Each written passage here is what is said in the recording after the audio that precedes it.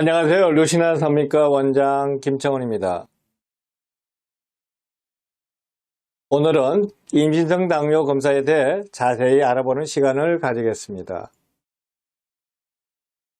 당뇨병이란 우리 몸속에서 혈당을 조절하는 인슐린이 부족하거나 기능에 문제가 있어 혈당 조절이 안 되어 여러 가지 합병증을 일으키는 질병을 말합니다. 임신성 당뇨는 내과적으로 진단하는 당뇨와 달리 임신 전에는 없던 당뇨가 임신으로 인해 포도당 대사에 이상이 생기게 되어 임신 중에 당뇨가 오는 것을 말하는데요. 임신성 당뇨병은 임신으로 인한 생리적 변화로 임신 중에 생기거나 본인이 모르고 있다가 임신 중에 처음 진단된 경우도 있습니다. 일반인들도 당뇨라고 하면 헉 하는데 임신 중 당뇨라니 상상조차 안 가시는 분들이 많을 거라 생각합니다. 미국에서 모든 임신부의 10%가 당뇨가 있는데 이 중 7.6%가 임신성 당뇨를 앓고 있다고 보고되었습니다. 미국 전체로 보자면 매년 20만 건 이상이 새로 발생된다고 알려져 있죠. 전 세계 유병률을 살펴보면 인종, 지역, 진단검사 방법에 따라 차이가 크게 난다고 합니다. 그럼 한국에서는 임신성 당뇨의 수치가 어떻게 될까요? 이번에 자료를 찾아보면서 전문가인 저도 깜짝 놀랐는데요.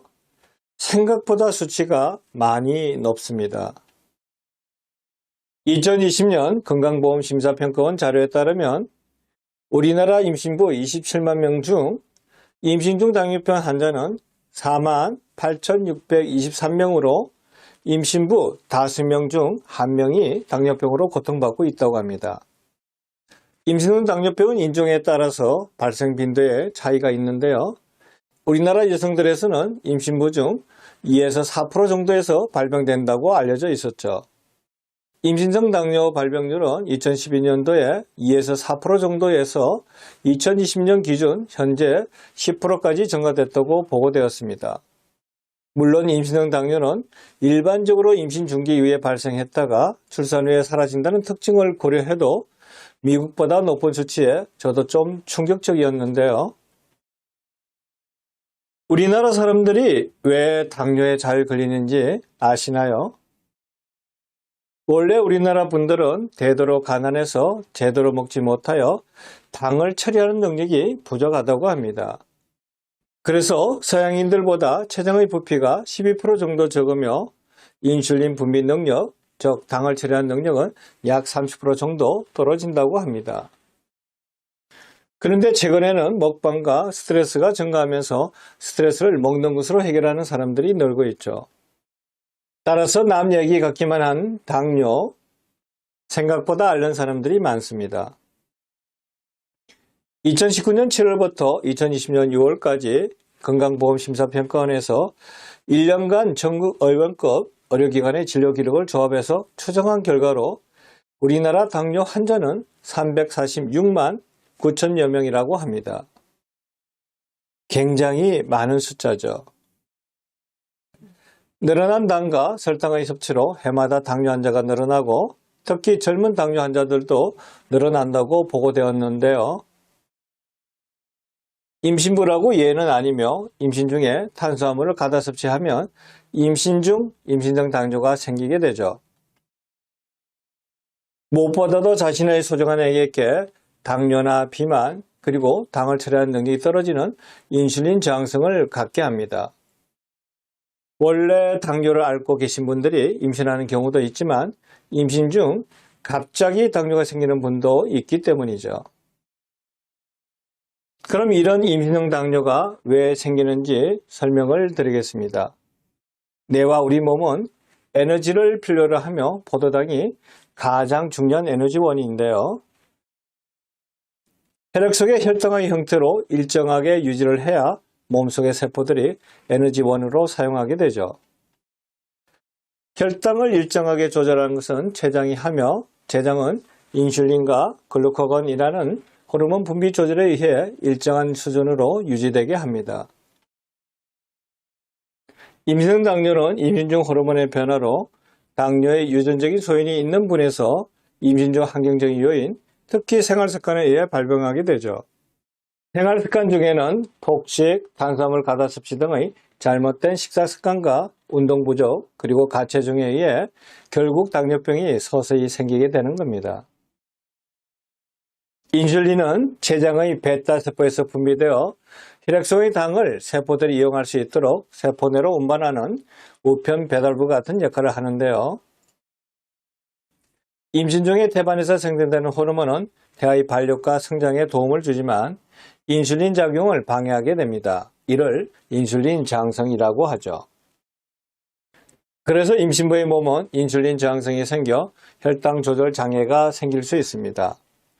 대부분의 산모들은 임신이 진행되면서 인슐린 요구량이 늘어나도 췌장에서 충분한 인슐린이 분비되어 당을 처리하는 능력에는 이상이 없는데요. 그런데 췌장에서 인슐린 분비가 원활하지 않으면 임신 중 당뇨가 생기게 됩니다. 임신부라면 누구나 임신 중 이런 생리적인 현상으로 임신 중 당뇨가 나타날 수 있죠. 그렇지만 대부분의 산모는 임신이 진행되면서 인슐린 요구량이 늘어나면 췌장에서 충분한 양의 인슐린을 분비시켜 문제가 되지 않죠. 하지만 당뇨병의 유전인자가 있는 임신부가 임신 중 탄수화물을 과다하게 섭취하게 되면 당을 제대로 처리하지 못하여 임신성 당뇨가 발생하는 겁니다. 임신성 당뇨병은 주로 임신 후기에 태반 호르몬이 많이 분비되는 시기인 임신 24주 이후에 나타나죠. 당뇨병은 여러분도 다 아시다시피 제1당뇨병과 제2당뇨병이 있습니다. 제1당뇨병은 인슐린을 생산하는 췌장의 베타세포가 자가 면역 기전에 의해 파괴되어 인슐린 분비가 안 되어 생기는 당뇨병을 말하는데요. 제1당뇨병은 인슐린 의존성 당뇨병 또는 소아당뇨병이라 부르며 대개 우성으로 유전되고 유전성이 강한 당뇨병이죠. 반면 제2당뇨병은 당뇨병의 90에서 95%를 차지하며 제2당뇨병과 관련된 유전자가 있으면서 생활 습관에 의해 발병됩니다. 임신성 당뇨병은 크게 두 가지로 분류되는데요. 임신 중에 진단된 임신성 당뇨와 임신 전부터 당뇨를 앓던 환자가 임신한 당뇨편 임신으로 구분합니다. 임신성 당뇨는 공복 혈장 혈당값이 105ml/dL 이하인 A1과 105 이상인 A2로 나누고 임신성 당뇨병의 약 15%가 공복 혈당이 105ml/dL 이상인 A2에 해당되죠. 그리고 당뇨병 임신은 제1형 당뇨와 제2형 당뇨로 나눕니다. 자, 임신성 당뇨병 위험이 있는 임신부들을 살펴보겠습니다. 임신 전에 체질량 지수가 30kg/제곱미터 이상의 비만인 경우, 임신성 당뇨병에 걸린 경험이 있는 산모, 4kg 이상의 거대아를 출산한 경험이 있는 산모, 평균 체중보다 20% 이상 초과한 산모, 임신 중 지나치게 체중이 많이 늘어난 산모, 나이가 만 35세 고령인 임신부, 고혈압이 있는 임신부, 당뇨병 가족력이 있는 임신부, 이상은 임신성 당뇨병 위험이 있는 임신부들이라 조심하셔야 합니다. 그럼 임신성 당뇨병 진단이 어떻게 이루어지는지 설명드리겠습니다. 임신성 당뇨병은 초기에는 증상이 없는 경우가 대부분이고 정상인 여성도 임신 후반기에 들면서 혈당 조절에 이상이 와서 임신성 당뇨가 생기게 되는데요. 임신성 당뇨병 위험이 높은 임신부의 경우 임신 초기부터 당뇨병 선별검사를 하죠. 일반적으로 당뇨병의 진단은 소변검사와 혈액을 이용한 혈당검사로 시행합니다.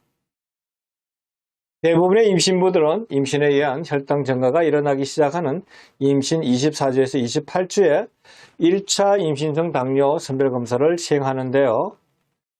검사 과정을 설명드리자면 50g 포도당이 든 음료수를 드신 후 금식 상태로 1시간 후에 혈당을 측정하게 되죠.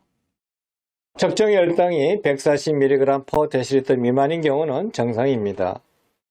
하지만 검사당 혈당 수치가 140mg/dL 이상인 경우는 임신성 당뇨병 가능성이 있으므로 임신성 당뇨 확진 검사인 100g 당부화 검사를 하게 됩니다. 임신성 당뇨 확진 검사를 하면 4분 중 1분은 임신성 당뇨로 진단받게 되는데요.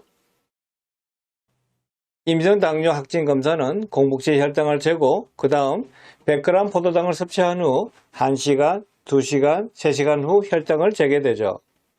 이렇게 잰 혈당 기준치는 금식 시 105mg/dL, 1시간 190mg/dL, 2시간 165mg/dL, 3시간 145mg/dL를 기준으로 2회 이상 기준치를 넘게 되면 임신성 당뇨병이라 진단하게 됩니다. 임신성 당뇨를 진단하는 또 다른 방법으로 75g 당보 검사가 있는데요. 이 검사는 처음부터 75g의 당을 섭취하게 한 후 혈액의 혈당을 3번 체크하여 한 번에 임신성 당뇨를 진단하는데요. 이 검사를 실시하기 전에 8시간에서 14시간 정도의 금식이 필요하며 먼저 공복시 혈당을 먼저 체크합니다. 이렇게 잰 혈당치 수치가 공복시 혈당 92mg/dL, 1시간 혈당 180mg/dL, 2시간 후 혈당 153mg/dL를 기준으로 하나 이상 초과하면 임신성 당뇨로 진단됩니다. 임신성 당뇨가 있는지 예상하기 위해서 소변검사가 도움이 되는데요. 소변검사는 식후 한두 시간 정도에 시행하는 것이 가장 좋습니다.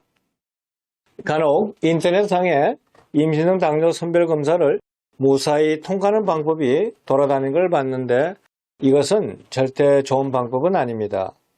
왜냐하면 임신성 당뇨가 정확하게 진단이 되어야 혈당 조절을 철저히 해서 타액에 기형이나 합병증이 생기지 않게 하죠.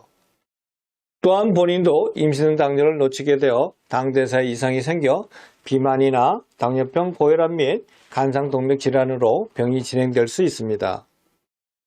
즉, 임신성 당뇨병으로 인한 합병증과 향후 당뇨병을 예방할 기회를 놓치게 되는 거죠. 오늘은 임신성 당뇨병의 발병 원인과 진단에 대해 알아보았습니다. 임신성 당뇨는 전체 임신부의 10%에서 발생되는데 진단이 안 된 상태로 방치되는 경우 태아 기형, 거대화 출산 및 난산 혹은 소아비만 등의 합병증을 초래하죠. 따라서 정확한 검사를 통해 임신성 당뇨를 진단된 뒤 그에 맞는 당 조절을 꼭 하셔야 합니다. 1차 선별검사에서 이상 징후가 나와도 2차 진단검사에서 정상으로 나오는 경우도 있으니 너무 겁먹지 않으셨으면 하는데요. 다만 임신성 당뇨병이 아니어도 고혈당이 심해진 경우는 망막이 손상돼 시력장애가 생길 수 있고 신장도 손상을 입을 수 있기 때문에 주의가 필요합니다.